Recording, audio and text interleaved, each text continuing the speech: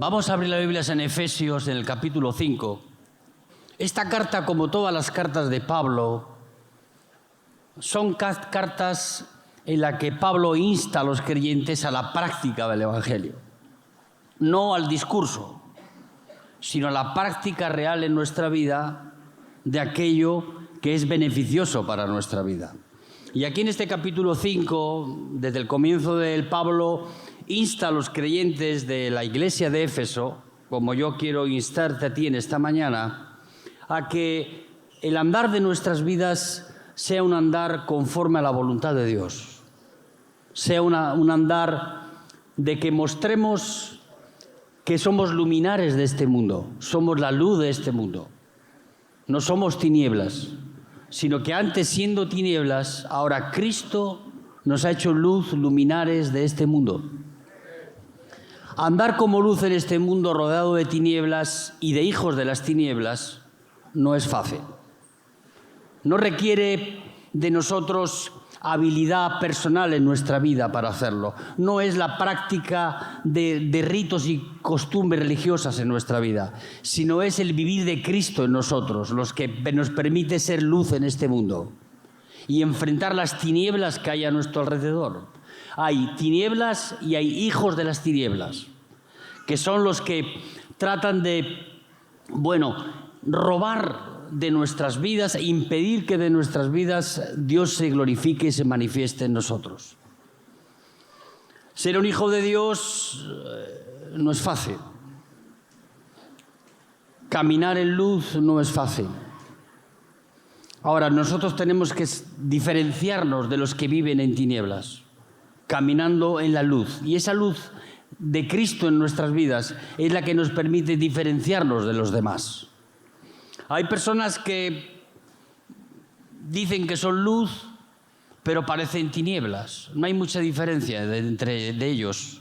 Y eso no debe de ser una constante en nuestra vida. Tú y yo tenemos que saber diferenciarnos de los demás. Y tenemos que aprender a caminar y andar delante de Dios y delante de los demás, no pareciendo luz, sino siendo luz en verdad. La luz y las tinieblas no tienen nada que ver. Hay cristianos que no saben diferenciarlo, si son luz o son tinieblas. Y tú y yo tenemos que evitar eso en nuestra vida. Tenemos que permitir que el Señor en nuestra vida nos haga ser luz, ser un luminar en este mundo. Diferenciarnos claramente de las tinieblas. Y Pablo insta a los creyentes de la iglesia de Éfeso a vivir de esa manera. Le dice, no seáis participantes con las obras de las tinieblas, ni participamos ni somos cómplices de lo que hacen los impíos. Tú y yo tenemos que rechazar esa forma de vivir. Tu vocabulario evangélico y el mío no me hacen hijo de luz. Lo que me hacen hijo de luz a mí es ser diferente a los hijos de las tinieblas. No en lo que digo, no en lo que hablo, no en el discurso de mi vida, sino en mi vida real, cómo ando cada día en mi vida. ¿Qué decisiones tomo en mi vida personal que se diferencian de las tinieblas o de las decisiones que otros toman que son tinieblas en su vida? Y esa es la práctica del Evangelio. Eso es lo que Pablo trata de inculcar y de instar a los creyentes de Éfeso para que se diferencien claramente de aquellos que participan de las obras de las tinieblas, que se regocijan en ellas y las practican como cosa habitual en su vida. Tú y yo no debemos de ser así. Tiene que haber una clara diferencia. Y esa diferencia solo es posible en nuestra vida cuando aquel que vive en nosotros se hace visible en nuestra vida.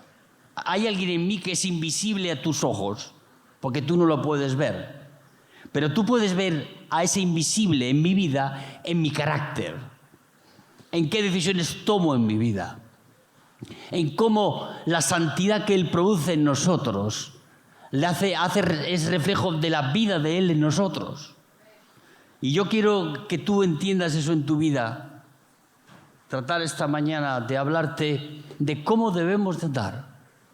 Esto no es una práctica de Juancho, esto no es una teoría, esto es la consecuencia de que si Cristo vive en nosotros, nosotros tenemos que andar como Él anduvo. Y Él es luz, Él es la luz del mundo. Si la luz del mundo está en ti, tú tienes que andar en esa luz en tu vida. Amén, hermanos. Vamos a leer el versículo 15, Efesios 5:15. Mirad pues con diligencia cómo andéis, no como necios, sino como sabios. El primer énfasis que hace Pablo aquí dice mirad. Cuando la Biblia te dice mirar, esto no tiene un significado superficial de las cosas, sino que el énfasis de Pablo está puesto en que nosotros hagamos una retrospectiva de nuestra vida cada día de nuestras vidas, de cómo andamos. No es una retrospectiva superficial de las cosas. No corregimos lo evidente, sino que analizamos nuestra vida profundamente, nuestra vida. Es un análisis profundo, de microscopio, en nuestra vida personal. Y eso tiene que llevar a nuestras vidas a que podamos corregir eficientemente en nuestra vida cualquier cosa que está desordenada o cualquier cosa que es producto de nuestra carnalidad, de las tinieblas que adoptamos en nuestra vida y que no nos permiten reflejar a Cristo en nuestra vida. Pablo dice aquí mirad, y mirar no es solamente hacer una mirada superficial, pasajera, rápida. No. Pablo quiere que tú te analices profundamente en tu vida. Que no permitas que gane ventaja en tu vida esas conductas que a veces adoptamos en nuestra vida, que no son propias de Cristo y que son más bien propias de los hijos de las tinieblas. Hay que corregir eso en nuestra vida. Y para eso no tienes que mirar para afuera, tienes que mirar para adentro, dentro de ti. Es donde está el conflicto, donde se origina la lucha en nuestra vida. Mirad pues cómo andéis, dice aquí la palabra de Dios, no como necios, sino como sabios. Esta mirada tiene que ser interior, dentro de nosotros, para analizar qué pasos damos en nuestra vida, qué decisiones tomamos a largo plazo en nuestra vida. A veces tomamos decisiones a corto plazo, rápidas, en el día de hoy, y esas decisiones pueden cambiar el día de mañana. Cuando la Biblia habla aquí de mirar y de no andar como necios, sino como sabios, la vida es un caminar. Ayer dejamos atrás el día de ayer y hoy estamos enfrentando el día de hoy. Y enfrentaremos el día de mañana.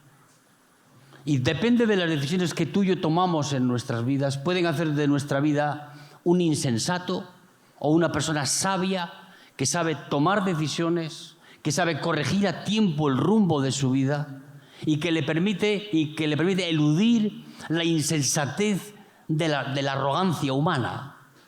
La insensatez tiene un rasgo visible. El insensato no solo es insensato por lo que dice, sino por lo arrogante que es. La gran mayoría de los errores de nuestra vida son como consecuencia de la arrogancia que hay en nuestro corazón, que es un rasgo distintivo de la insensatez de nuestra vida. El insensato es arrogante, presuntuoso, no en sus formas externas, sino en su no dependencia de la dirección de Dios en su vida. Él vive solo para sí y toma decisiones sin medir las consecuencias de las cosas que hace. Y claro, el resultado de eso suele ser trágico para nuestra vida. Tú y yo tenemos que andar con sensatez, con sabiduría. Y esa sabiduría no es producto de que nosotros tratemos de producir cultura general en tu vida. El hombre culto en sí mismo puede ser tan analfabeto de las cosas de Dios como el más analfabeto que no sabe leer. El ser culto no te hace sabio. Lo que te hace sabio es ser temeroso de Dios en tu vida. Es vivir en el temor de Dios.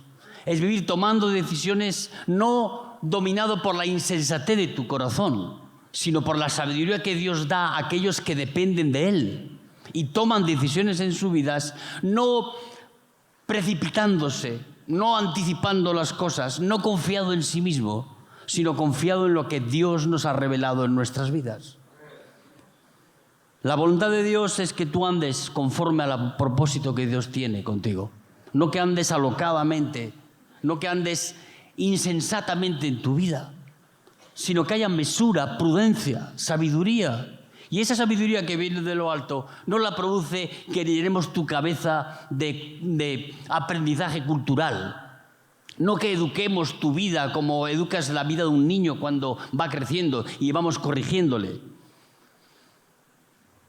Muchos teólogos dicen que educar es frustrar. Y tienen razón, hay que frustrar las actitudes y las conductas que son negativas para nuestra vida. Cuando tienes hijos y tienes que educarlos, educar es frustrar las decisiones que toman equivocadas. Aquellas cosas que quieren tomar como camino en su vida y no son convenientes para ellos. Dios también va a hacer eso con nosotros, Él nos va a educar. ¿Cómo lo hace? Pues con la palabra de Dios, con la vida del Espíritu Santo en nosotros, con la dirección que Él nos da para hacer las cosas en nuestra vida. Amén, hermanos.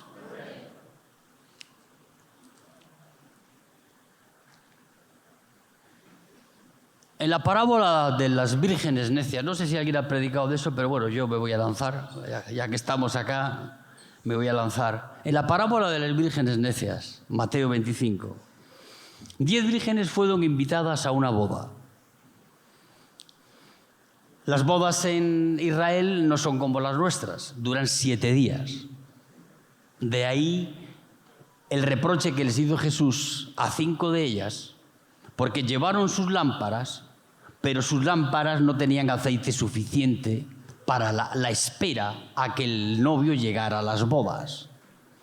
Normalmente el novio se hace de rogar, no sabemos la razón, pero nunca llegaba el primer día. Entonces, la parábola de las vírgenes en sí, ¿qué significado tiene? El significado que tiene es que si tú eres un hijo de luz, tú no puedes andar sin aceite en tu lámpara. Cuando hay escasez de aceite en la lámpara de nuestra vida, es cuando la insensatez se apodera de nosotros y cuando cometemos más errores en nuestra vida. Hay personas que vienen al culto a llenar la lámpara, un poquito, todos los jueves, todos los domingos. Si tú piensas que vivir y vas a poder esperar a que el Señor venga con poquito aceite en tu lámpara, estás en un error. Porque se acabará el aceite, te vencerá el sueño, se apagará el fuego del Espíritu Santo en tu vida y vas a estar a merced de vientos contrarios, de situaciones externas en nuestra vida que te van a impedir poder recibir al esposo. No se puede vivir sin aceite en la lámpara. Y no es suficiente el aceite que cae el domingo y el jueves en el culto. Eso es poco, muy poquito aceite. No te va a servir para esperar. Tienes que ser lámpara y esa lámpara tiene que estar llena de aceite. Amén, hermanos. Suficiente aceite para esperar los 7 días, si es necesario. Para estar en esa vela, en esa atención constante, esperando la venida del Señor. Sin aceite no se puede ser cristiano. Puede ser una lámpara, sí. Vas a ser un objeto, bueno, de culto en el local, puede ser eso, pero sin esa vida en ti, sin la vida de Dios en ti, sin la manifestación de ese olor fragante en nuestra vida, tu lámpara solo sirve, pues eso, para que otros la vean. Y tu lámpara tiene que servirte a ti para que, llena de aceite, tú puedas esperar a tu amado, a tu Señor. Amén, hermanos. Y no vivir pensando yo digo, muchas veces pretendemos vivir la vida cristiana con poquito aceite en nuestra vida. Es como si los motores de los camiones y de las camionetas tienen una varilla para mirar el nivel de aceite. ¿Tú sabes eso? Algunos no lo saben. Algunos no lo saben y andan sin aceite en el motor. Claro, ¿qué ocurre? Y es un gran disgusto, porque poco tiempo después el motor se recalienta, las piezas interiores del motor se obstruyen, se rompen y el motor se para. El motor tiene una varilla para mirar el aceite. Si tú en tu vida andas con poco aceite en tu vida, te va a pasar igual que al motor. Durará menos tiempo de lo previsto y en muchos casos termina deteniéndose y rompiéndose. La vida cristiana sin aceite es una vida perdida, porque de nuevo las tinieblas se apoderarán de nuestra vida. No puedes vivir sin la luz de la palabra en tu vida personal, porque las decisiones que tomamos en nuestra vida pueden cambiar el rumbo de nuestra vida. Y tú necesitas no andar como un necio, como un insensato, sin tomar las decisiones correctas que traen beneficio para tu vida. Sin esa luz, sin el aceite en la lámpara, te estás condenado a vivir en tinieblas. Sí, estamos condenados a tomar decisiones equivocadas en nuestra vida. Las tinieblas no es solamente un lugar de oscuridad, sino que las tinieblas para el cristiano es vivir sin la luz, sin la dirección de Dios en nuestra vida. Amén, hermanos. Yo no quiero tinieblas, yo quiero luz en los pasos que doy, en las decisiones que tomo.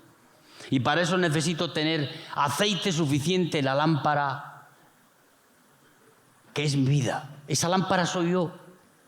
Y el aceite tiene que estar en la lámpara suficientemente, no solamente para esperar al esposo, sino para que en medio de las adversidades y las dificultades de nuestra vida sepamos elegir qué decisiones tomar, qué hacer con nuestras vidas.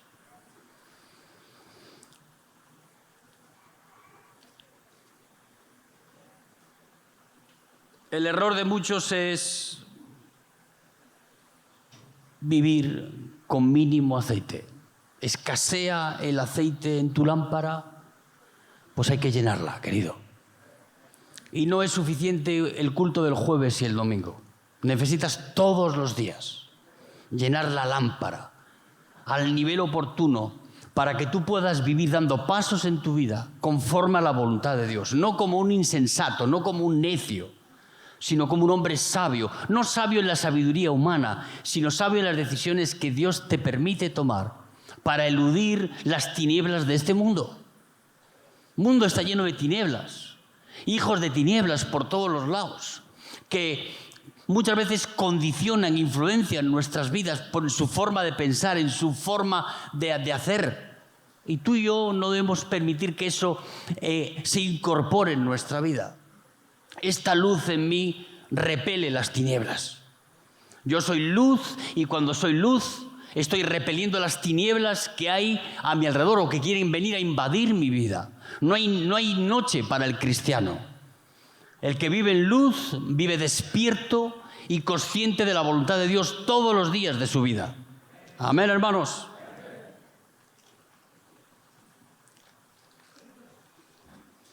Yo pensaba esta mañana, digo, bueno, quizá fue una distracción lo de las vírgenes, porque hay distracciones. Uno puede olvidarse de las cosas. A veces con la edad uno no va teniendo la misma capacidad para poder recordar todas las cosas. Igual se distrajeron. No.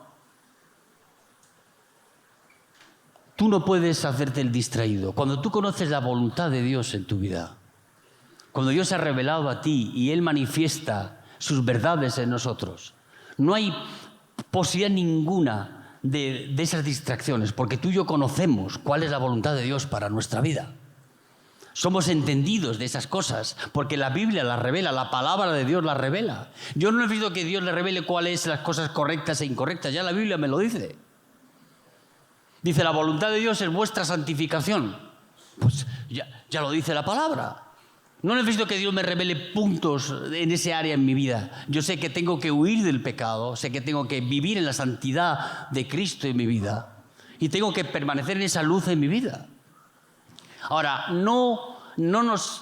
la ignorancia de las cosas no te evita el conflicto, no. Ellas fueron a la fiesta. llevaron sus lámparas y fueron sin aceite. Ahí está el problema. No es una distracción. ¿Distracciones hay en la vida? Sí hay distracciones. Pero ellas, bueno, olvidaron lo importante. No prestaron atención a las cosas importantes en su vida. Y ahí le vino la tragedia. Como le viene a muchos que vemos que su lámpara se enciende, alumbran por un tiempo y después se apaga. Personas que Dios le da una gran potencia de luz en sus vidas. He visto lámparas de 100 vatios, de 1000 vatios. Aquí tenemos lámparas en el local de 1000 vatios, que iluminan de una manera poderosa.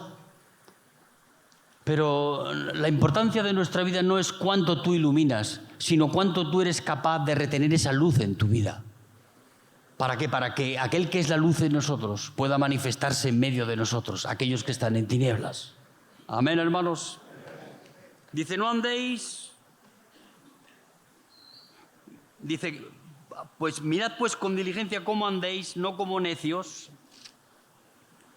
sino como sabios.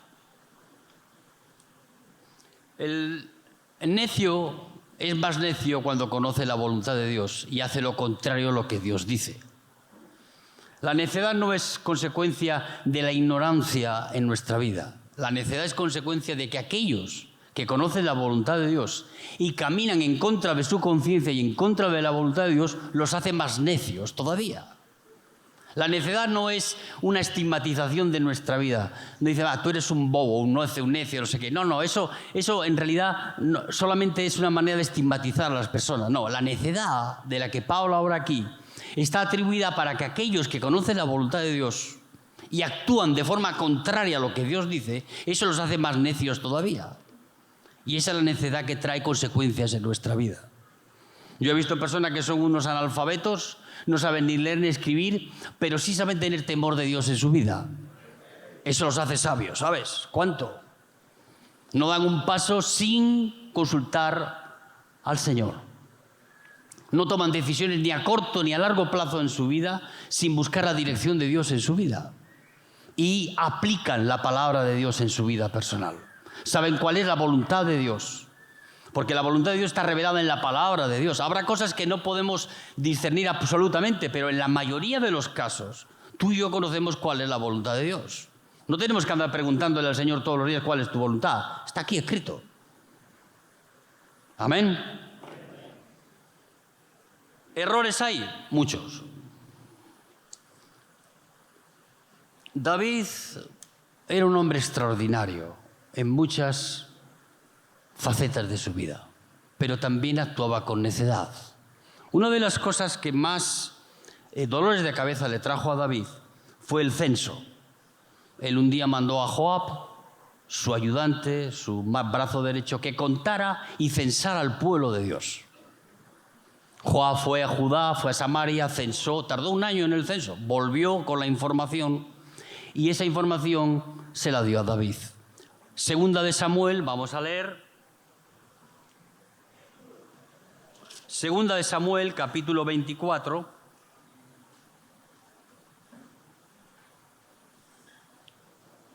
Versículo 10. Vamos a leerlo. Después que David hubo censado al pueblo, le pesó en su corazón y dijo David a Jehová: yo he pecado gravemente por haber hecho esto. Mas ahora, oh Jehová, te ruego que quites el pecado de tu siervo, porque yo he hecho muy neciamente. David mandó censar el pueblo. Muchas veces la insensatez viene acompañada de arrogancia. Siempre son compañeras la una de la otra. Y aquí vemos cómo David les exhibe un poquito de arrogancia en su vida a la hora de censar el pueblo. ¿En qué sentido? En de valorar las riquezas que Dios le había dado. Cuánta gente tenía bajo su autoridad. Es un poco de soberbia, de orgullo. Y la soberbia y el orgullo nos hace tomar decisiones necias en nuestra vida y nos hace actuar neciamente. Aquí vemos cómo David, en ese en esa espera del censo, a que llegara Juan con la noticia, Dios le habla. Y él se da cuenta de la necedad que ha cometido. El que anda delante de Dios en su vida, Dios le habla cuando comete errores de esta magnitud o de cualquier otra magnitud. Porque Dios es un Dios que viene a nuestra vida a traer luz, luz donde hay tinieblas. Y también puede haber tinieblas en nuestras vidas. Y hubo un tiempo en la vida de David que él se arrogó, ensoberbeció de esta manera. Que no es un pecado grave en sí mismo, pero sí era suficientemente grave para que Dios actuara en la vida de David. Cuando Dios viene a nuestra vida y trata con nosotros algunas veces algunas áreas, algunas cosas, es porque ve la gravedad que hay detrás de eso. Quizás nosotros no lo vemos, pero Él sí lo ve y Él trata. Entonces Él, compungido, se arrepiente y el Señor le da 3 salidas a David. Vamos a leer aquí. Para redimir a David de su pecado, Dios le concede 3 deseos. Vamos a ver cuál elegirías tú y cuál eligió David. Si David eligió como un hombre sensato o eligió como un hombre insensato. Ve y di a David, le dice el profeta. El Señor le dice al profeta, Gad, ve y dile a David.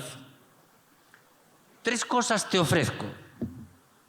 Tú escogerás una de ellas para que yo la haga. Vino pues Gad a David y se lo hizo saber y le dijo, ¿quieres que vengan 7 años de hambre en tu tierra? Esa fue la primera propuesta, para redimir el pecado de David, de la necedad de David. O que huyas 3 meses delante de tus enemigos y que ellos te persigan. O que 3 días haya peste en tu tierra. Piensa ahora y mira qué responderé al que me ha enviado. Entonces David dijo a Gad, en gran angustia estoy, caigamos ahora en mano de Jehová. Sus misericordias son muchas, mas no caiga yo en manos de los hombres.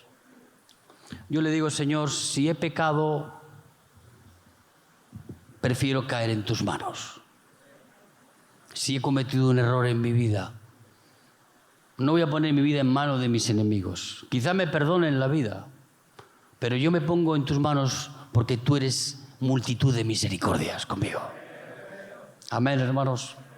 Ahí vemos la sensatez del insensato, de aquel que sabe pensar en su vida, las cosas que le convienen, de aquel de que sabe corregir a tiempo en su vida personal, que ante una necedad, un error, no por ignorancia, sino por soberbia, es capaz de buscar el arrepentimiento delante de Dios. Y la sensatez más profunda y real de la vida de David es decir, Señor, yo me pongo en tus manos, porque son tus misericordias las que yo anhelo en mi vida.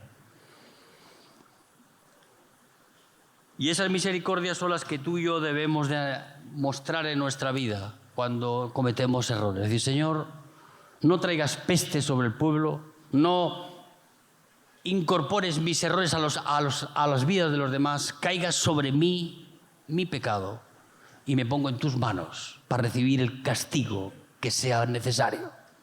Si pecas, dile, Señor, el lugar más seguro de mi vida es estar en ti, en tus manos.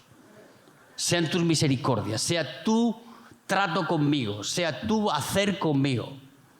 Amén, hermanos. Segunda muestra de necedad es la mujer de Lot. Lot, en el mayor momento de sufrimiento de su vida, tú imagínate a Lot, había perdido sus riquezas, a sus hijos, sus ganados, sus siervos, incluso la salud. Le había entrado una sarna por todo el cuerpo, tan irritante que se estaba rascando con un tiesto. Estaba en un momento de sufrimiento agudo de su vida. ¿Y quién viene allí? Viene su esposa. Le mira y le dice, pero aún retienes tu integridad. Reniega de Dios y muérete. Si esto te lo vienen a decir al oído cuando estás en una situación de esas, a tu límite en tu vida, el mayor sufrimiento que estás teniendo no es el que estás padeciendo por la pérdida de estas cosas, sino por las cosas que te está diciendo tu mujer, que te está diciendo que reniegues de Dios Y Job, aun el sufrimiento de haber perdido a su esposa, a sus hijos, las propiedades que tenía, la riqueza que tenía, lleno de sarna desde la punta de la cabeza hasta los pies, rascándose con un tiesto, todavía tiene la integridad para reaccionar de la manera sensata que debemos reaccionar en medio de las adversidades de nuestra vida. Diciendo, mira, como una mujer fatua y necia has hablado. ¡Qué terrible! Cómo la necedad alcanza grados máximos y cómo tú y yo vamos a ser probados para no reaccionar neciamente en nuestra vida. Al oído de Job, en medio de aquel sufrimiento, su mayor sufrimiento fue escuchar las palabras de su mujer, que eran mucho más, le hacían sufrir mucho más que la pérdida de todas aquellas cosas que tenía. Amén, hermanos. No actúes neciamente en tu vida, no reacciones ante la adversidad de la vida tratando de inculpar a otros o tratando de culparte a ti. Espera en el Señor. Confía en la gracia de Dios, en sus misericordias. Aquí vemos cómo Job reacciona de la misma manera que David, sabiamente. Dice, ¿cómo voy yo a renegar de Dios? Esperaré las misericordias de Dios para que Dios restaure mi vida y me haga entender la cuestión de por qué estoy en este proceso de prueba y de sufrimiento en mi vida personal.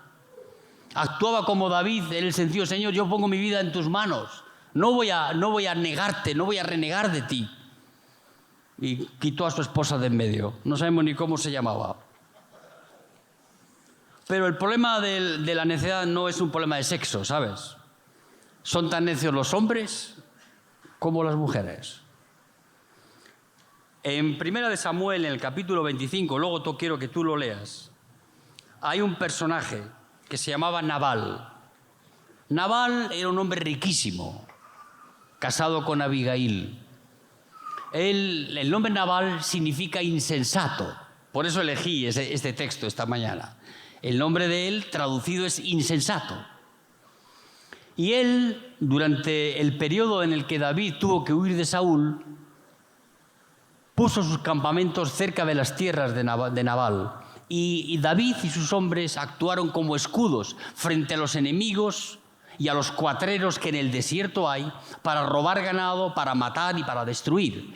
Fue como un ejército que Dios le dio a Nabal gratuitamente para proteger sus bienes y sus riquezas. Y un día David,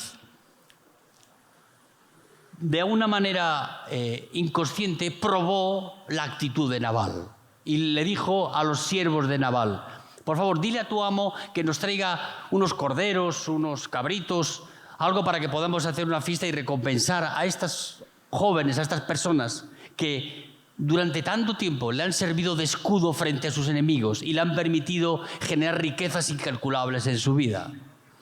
Pero Nabal era insensato. Vinieron sus siervos a hacerle esta propuesta y él dice, pero ¿quién es ese David que huyó delante de su señor? ¿Quién es este David? ¿Quién es este mequetrefe, este insulso que viene a solicitarme esas cosas? Y lo despachó a sus siervos. Sus siervos vinieron con estas noticias a David y David se enojó fuertemente contra Nabal. Recordó el bien hecho en su vida y que ahora, teniendo la oportunidad de hacer el bien, reacciona de esa manera ignorando a David, desprestigiando a David, calumniando a David y no teniendo en cuenta el favor que había recibido de David y de sus hombres. Entonces llegan los siervos de David a David y le dicen, mira esto es lo que ha dicho Nabal, se enfurece, saca la espada, toma varios hombres y va dispuesto a matar a Nabal y a todo siervo de la casa de Nabal. ¿Por qué te decía que la necedad no tiene sexo? Porque Nabal era un necio, como lo era la mujer de Job. Hasta su propio nombre identificaba quién era él, un necio. Su esposa, que escucha a los siervos de Nabal decir esas cosas, se llamaba Abigail, reacciona de otra manera, reacciona como una persona sensata. Entonces toma camellos y caballos, los carga de comida y de presentes y se cruza en el camino de David para tratar de detener a David en su muy justificada acción de acabar con la vida de Nabal y con el egoísmo que este hombre había manifestado, con la actitud arrogante y presuntuosa y la ignorancia de, habiendo sido beneficiado tantas veces en su vida, ahora no era capaz de compartir la comida con sus soldados. Iba David ya dispuesto a matar a Nabal cuando viene Abigail, se cruza en el camino y convence a David. Convence a David de una cosa, de no derramar sangre por su propia mano, sino dejar que Dios haga justicia. Tú sabes qué beneficio es eso para nuestra vida. No tener tú que tomar iniciativa para hacer mal sobre los demás, sino que descansas en la gracia de Dios y dejas que Dios haga eso por ti. Y Él hace justicia, como lo va a hacer siempre por nosotros. No necesita ver la ira de Dios nosotros, que eso luego va a ser un tema de culpa para nuestra vida. David fue un hombre sangriento, mató muchas personas. Él y sus ayudantes y sus soldados. Y él siempre vivió con esa culpa de haber tenido que manchar sus manos con sangre. Qué bueno es que Dios te evite a ti manchar tus manos de sangre. No porque vamos a matar a nadie, sino porque tú vas a tomar justicia por tu mano. Yo prefiero que Dios haga justicia, que Él haga como Él quiere. Tú fíjate la sensatez de esta mujer, como detiene a David. David reflexiona, reacciona, no toma la decisión de ir a por Nabal y deja las cosas en manos del Señor. Ahí vemos otra vez la sensatez de David, la sabiduría de David. ¿En qué sentido? Decir, Señor, tú haz conforme a tu propósito en la vida de Nabal. ¿Qué ocurrió? 10 días después Nabal murió. No sabemos de qué, pero la ira de Dios vino sobre Nabal. Pagó por sus pecados, Dios le castigó en ese momento, le recordó el bien que había hecho sobre su vida y cómo él había devuelto mal cuando había recibido bien. Esa es una lección que tú tienes que aprender en tu vida. Aquí estás recibiendo el bien. Si tú reaccionas devolviendo mal, el Señor se va a enfadar contigo. Y se puede enfadar severamente contigo. ¿Qué ocurrió? Murió Nabal. Y David mandó llamar a Abigail para que fuera su esposa. Le dijo, yo quiero a mi lado personas sensatas, que se humillan, personas que tienen la dirección de Dios en su vida. Esta va a ser mi esposa ahora. Y de ella y de su relación nacieron hijos de David, preciosos.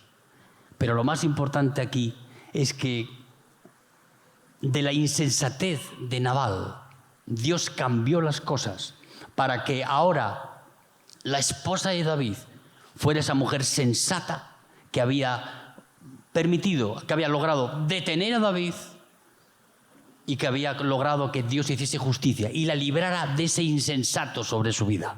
Amén, hermanos. Qué bueno es el Señor con nosotros. Qué bueno es el Señor con nosotros. Volvemos para terminar a Efesios 5.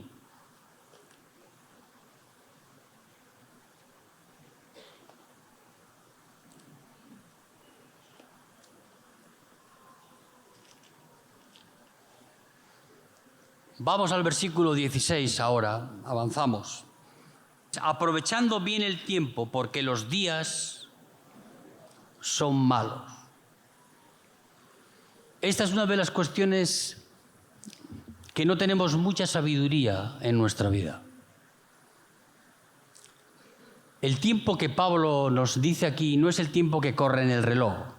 No tenemos que aprovechar el tiempo que ya pasó ni el que va a venir. El tiempo que se refiere aquí Pablo, o el sentido que da Pablo aquí de aprovechar el tiempo, es otro. ¿Cuál es? Es aprovechar las oportunidades que Dios nos da. Tiempo aquí no es reloj que corre para adelante.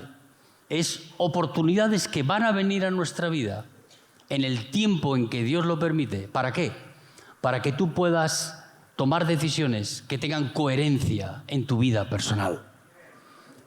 Aprovechar el tiempo aquí es aprovechar las oportunidades.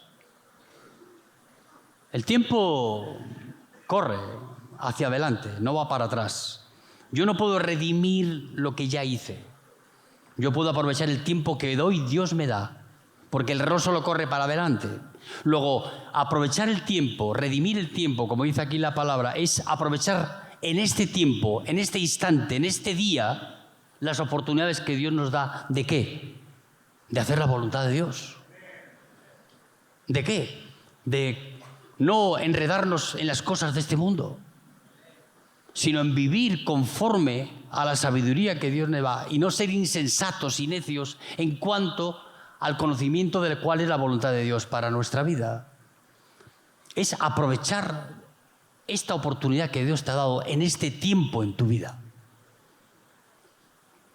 Tiempo también aquí, yo he estado un poco investigando, ¿no? En el griego original, Pablo, lo que también nos da sentido a lo que dice Pablo aquí es comprar, rescatar el tiempo perdido o rescatar aquellas cosas que están en manos de otros para ponerlas en manos del Señor. Era común en el tiempo de Pablo vender esclavos. En las plazas públicas había este tipo de suerte de licitación de esclavos. Los traían sus amos para venderlos a otros que los querían comprar. Y cuando el dueño de una persona se la vendía a otro, el que lo compraba lo estaba rescatando, estaba pagando por el precio de aquella persona. Yo lo digo, ¿pero ¿y esto qué sentido tiene? No, tiene sentido porque eso fue lo que hizo Jesús con nosotros. Él compró con su sangre mi libertad.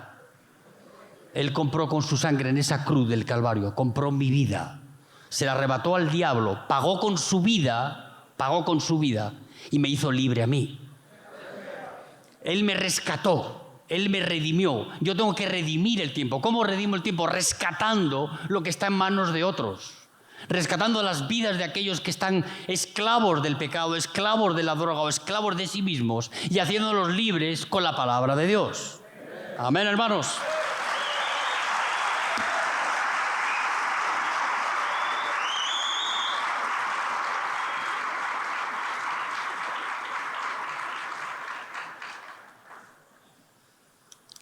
Rescatar a aquel que está en manos de otros. ¿Cómo vamos a hacer eso? Pues haciendo el bien, proveyendo al que no tiene, robándole al diablo a aquellas personas que tiene tomadas y pagando el precio. El precio muchas veces es el servicio de nuestra vida. Es la dedicación de tu vida personal en aquello que haces. Estás redimiendo el tiempo. ¿Qué significa? Uno dice, no, redimir el tiempo es aprovechar al máximo las 24 horas del día para trabajar y trabajar. Digo, eso no sirve de nada si no lo hacemos movido por el Espíritu Santo en nuestra vida. Si no tiene propósito en lo que hacemos. Y tiene que tener el propósito por el cual Dios te permite ganar ese tiempo, rescatar ese tiempo. No el tiempo perdido, que es el tiempo perdido. No. El tiempo lo que te ofrece, esta es la palabra, el tiempo lo que te ofrece es la oportunidad de hacer el bien en tu vida. Amén, hermanos. Eso es lo que te ofrece el tiempo que Dios te da. Decir, no voy a redimir, no voy a resarcir el mal que he hecho, no. Voy a aprovechar el tiempo que hoy tengo. El tiempo que Dios me ofrece hoy. El reloj corre, pero yo estoy aprovechando el tiempo. ¿Cómo? Pagando el precio. Rescatando las vidas de otros. Haciendo libres a otros por la palabra de Dios. Eso es redimir el tiempo, es rescatar de manos de otros los que están cautivos. ¿Qué vino a hacer Jesús? Dar libertad a los cautivos. ¿Qué estamos haciendo nosotros en la misma medida? Lo mismo. Pero lo hacemos con el tiempo que Dios nos da. Este tiempo, este instante, este segundo de nuestra vida. Amén, hermanos. Dice aquí la palabra de Dios, para terminar. Dice, porque los días son malos. La razón de redimir el tiempo, de rescatar lo que está en manos de otros, es porque los días son malos. Y son malos todos los días. Tan malos que tenemos que enfrentar una lucha diaria contra el mal. Mal de toda especie y toda índole. Y tú, en tu vida cristiana, vas a tener que enfrentarte a adversidades de esta magnitud en tu vida. Porque los días son malos. Los días a los que habla aquí es entre su primera venida y su segunda venida. Todos esos días, que no sabemos cuántos son todos malos. Ahora, la maldad de este día puede permitirme a ti y a mí enfrentarla de tal manera que tú y yo podamos glorificar al Señor en nuestra vida. No, el día no es malo y no me permite y no me hace inútil e incapaz. No, el día es malo, sabemos que es malo. Ahora, aquel que vive en nosotros es capaz, dentro de nosotros y a través de nosotros, de producir acciones de bien en nuestra vida sobre las vidas de los demás. La maldad de este mundo no es la maldad de mi corazón. ¿Y qué es lo que vence la maldad? El amor de Dios. ¿Qué es lo que vence el mundo? El amor de Dios. La fe que Dios nos ha dado, movida por el amor del Señor en nuestra vida. Es tu dedicación personal en tu vida a hacer aquellas cosas que tienen propósito para ti. Entonces, no tengamos como excusa que los días son malos para no hacer nada, sino tenlo como un factor de potenciación para tu vida. Decir, hoy es un día malo, yo tengo aquel que es bueno, que vive en mí, para vencer esa maldad de este día.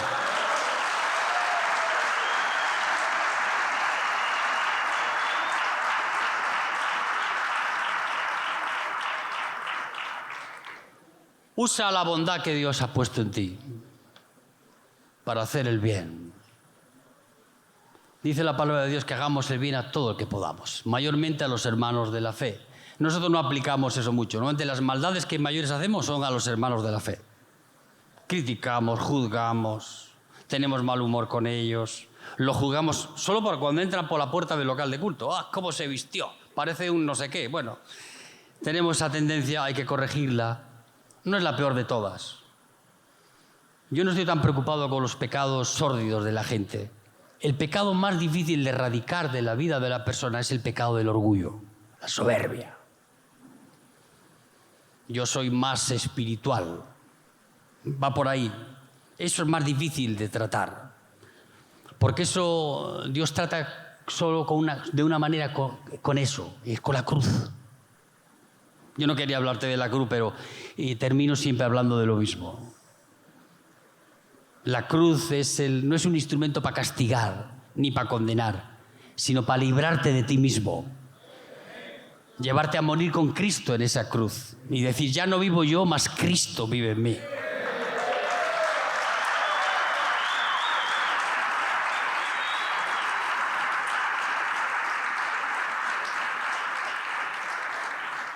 Termino diciéndote de que tú y yo no tenemos atenuantes porque tú y yo conocemos la voluntad de Dios para nuestra vida. Dice, no seáis necios e insensatos y desconozcáis y entendidos de cuál es la voluntad de Dios para vuestra vida. Yo sé cuál es la voluntad de Dios para mi vida, porque la palabra de Dios lo dice. Vamos a leer algunos versículos rápido para darte una idea, luego tú lo buscas con más tranquilidad. Primera de Tesalonicenses, capítulo 4, perdón. Primera de Tesalonicenses 4:3. Dice, pues la voluntad de Dios es vuestra santificación, que os apartéis de fornicación. O sea, tú vas a encontrar textos en la Biblia donde te va a revelar Dios cuál es su voluntad. No hace falta descubrirla como aquel que descubre un planeta nuevo en el universo. No, está aquí escrito. Primera de Tesalonicenses 5:18, vamos a leer otro versículo. Dice, da gracias a Dios en todo, porque esa es la voluntad de Dios para con vosotros en Cristo Jesús. Hay infinidad de textos, no quiero ahondar más en el texto. Y terminamos leyendo en Primera de Pedro 2:15, el último versículo, si Dios quiere. Primera de Pedro, capítulo 2, versículo 15. Porque esta es la voluntad de Dios, que haciendo bien hagáis callar la ignorancia de los hombres insensatos. Me llamó la atención esta mañana este versículo. Haciendo el bien, hacemos caer la insensatez de aquellos que desconocen lo que hacemos.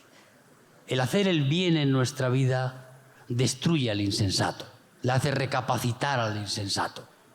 Cuando tú veas a alguien que vive en la insensatez en su vida o te cuestiona lo que tú haces por la insensatez que tiene, la mejor manera de ganártelo no es ponerte a su altura y volverte insensato como él. Hay personas que no puedes hostigarles para convertirlos. La manera de llevarles el evangelio a sus vidas no es por fuerza, sino es por testimonio. Esa es más fuerza, mucha más fuerza, muchas veces, que la palabra. ¿Por qué? Porque ellos rechazan la palabra, están en su insensatez, esclavos de esa mentira en la que viven, rechazan a Dios, no quieren saber nada de Dios. Pero lo que no pueden hacer es cuestionar tu vida y lo que tú haces. Ahí no hay argumentos. Y nosotros podemos hacer ceder la insensatez a tu alrededor, porque es una pandemia la insensatez, es como una pandemia que hay.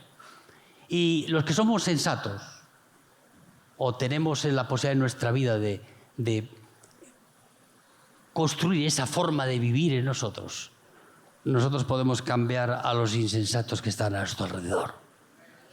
Amén, hermanos.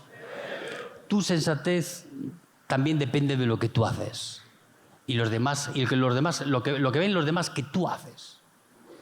Un hombre sensato siempre es admirado por los demás. Un hombre necio solamente es una persona intrascendente para las vidas de los demás. ¿Qué va a hacer? Y se va a lastimar, o se va a dañar, o va a dañar a otros.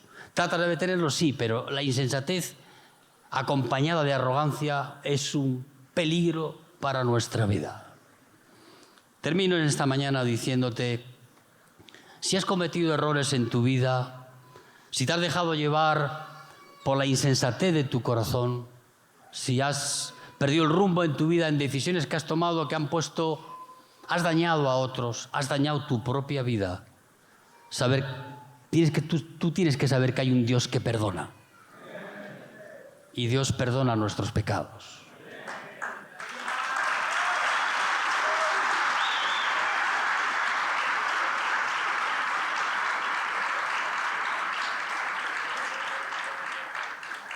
No solamente Dios perdona nuestros pecados, nuestros errores. A veces viene el diablo con la culpa a ponerla sobre ti. ¿Ves? Hiciste eso, consecuencia fue esto otro. Tantas veces hay que dar esa pelea. Y tú tienes que decirle lo mismo que le digo yo. La sangre de Jesús me ha limpiado de mis errores. Puedo vivir con las consecuencias.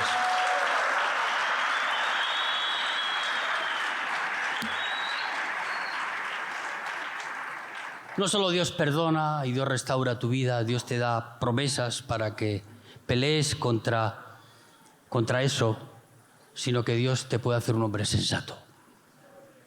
Y eso es un